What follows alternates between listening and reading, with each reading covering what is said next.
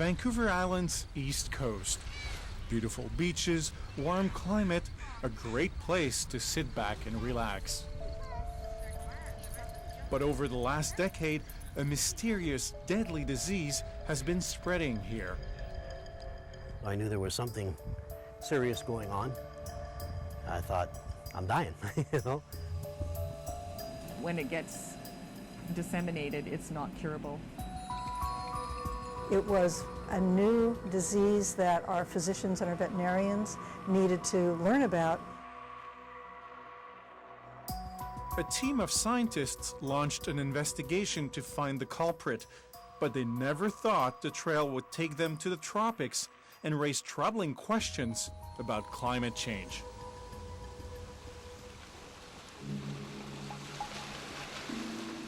Scientists started noticing something strange in the year 2000. On the east coast of Vancouver Island, mammals, including porpoises, were dying unexpectedly. Autopsies revealed the animals were infected with a microscopic fungus called Cryptococcus, which can attack the lungs and cause meningitis. The veterinarians told us they had never, ever before seen a death in a marine mammal due to this organism, and that it was really unusual. Animals were not the only victims. Scientists noticed an unusual increase in human Cryptococcus infection cases. The profile of those new patients stunned medical experts because in the past, only people with HIV would get infected by Cryptococcus.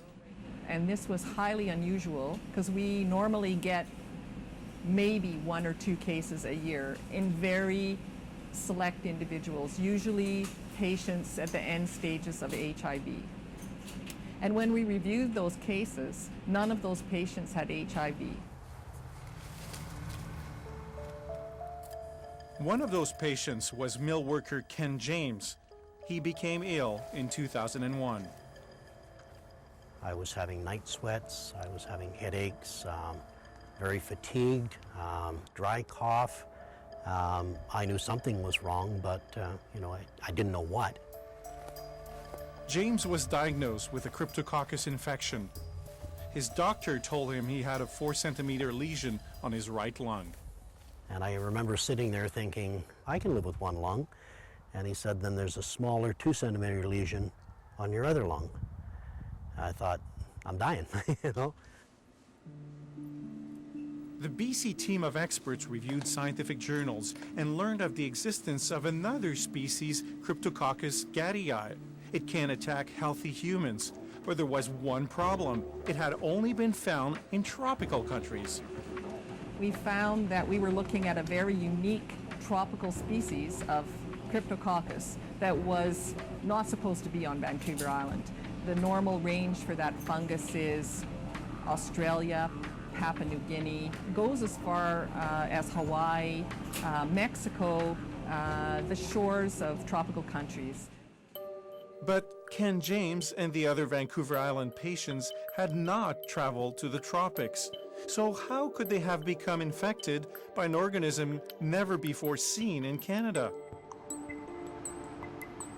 To answer that question, the research team called up biologist Karen Bartlett at the University of British Columbia.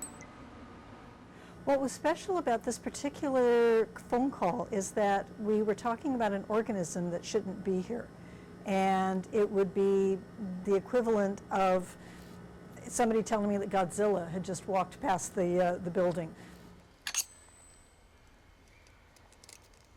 In 2002, Bartlett went to Vancouver Island.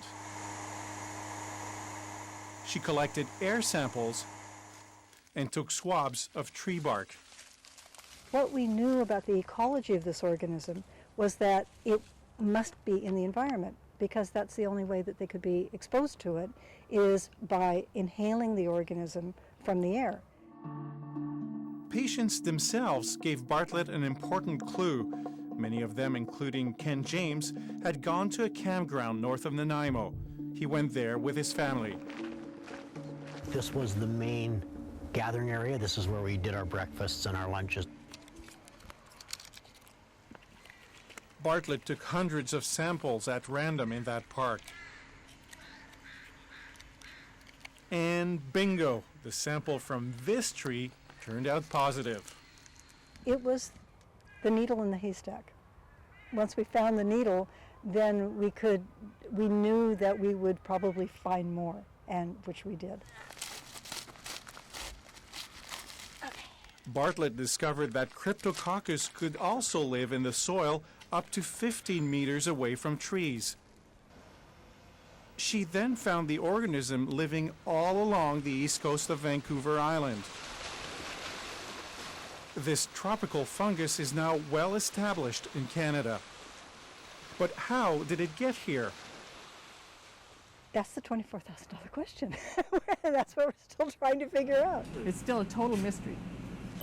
Like when we look at all of our cases before 1999, none of them were Cryptococcus gattii. So something happened in 1999? According to the research team, the organism possibly arrived several decades ago, carried by geese migrating from Mexico. It lay dormant until the climate became favorable to its reproduction, an unforeseen and deadly consequence of climate change.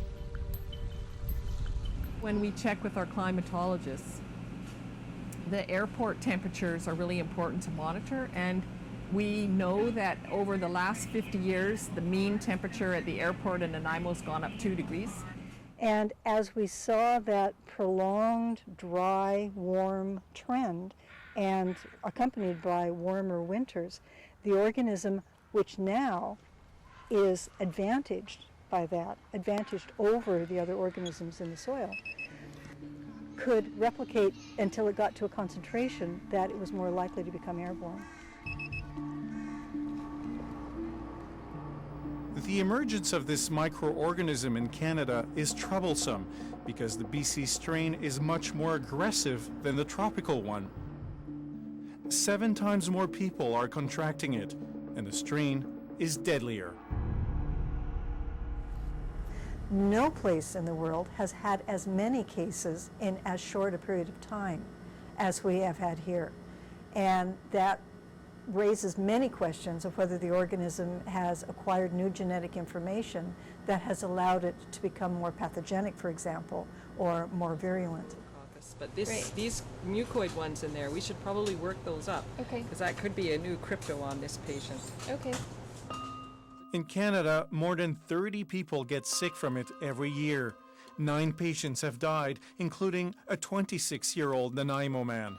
The Cryptococcus caused meningitis, which killed him within days. It's very unusual for a perfectly healthy young person to get this disease, and that would be worrisome if that becomes a new trend, if that becomes a new target group for us.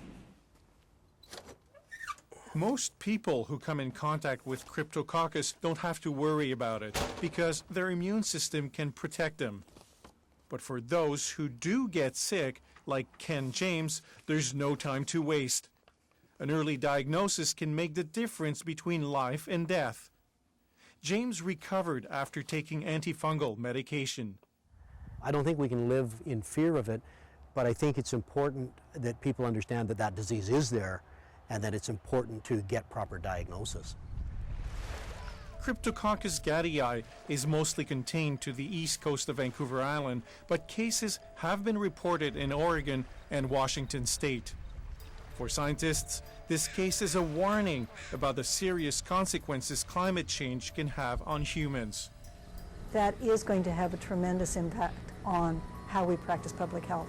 We have to be ready for things that we haven't seen before and to be able to mobilize therapy on a very short turnaround time. As our climate changes, we may find ourselves living with more life-threatening organisms, choosing Canada as their new home. Frédéric Zalac, CBC News, Parksville, British Columbia.